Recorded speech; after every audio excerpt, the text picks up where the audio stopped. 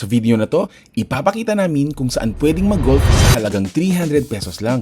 Nano Babo Kabalen, welcome to Wherein Pampanga. Honestly, hindi kami marunong mag-golf.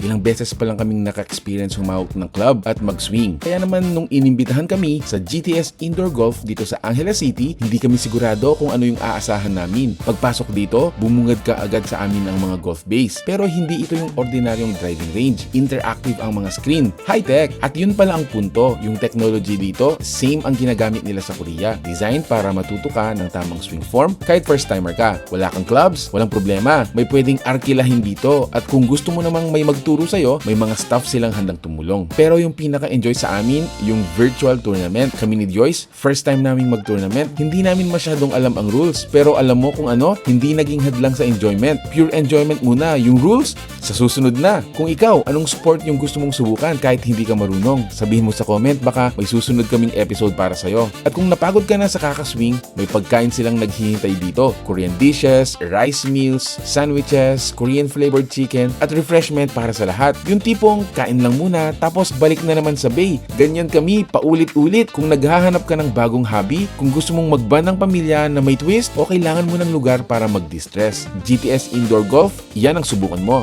Alam mo yung pinakamaganda, 300 pesos, makakapaglaro ka na. Seryoso yan. Hanapin sila sa Lot 4, Block 1, Phil-Am Friendship Highway, Barangay Kutkut, Angeles City. Bukas sila 7 in the morning hanggang 9 in the evening, Monday hanggang Sunday. Para sa mga inquiries, i-message lang ang Facebook page nila. Kung nagustuhan mo tong video, i-save mo to, i-like, mag-comment kung paano mo i-rate ang sarili mong golf skills ngayon. Beginner, pro, o katulad namin, zero pero handang matuto. At i-share mo na to sa barkada o pamilya mo na kailangan bagong adventure. Ingat kayo, Kabalen. Kita-kits sa susunod na video.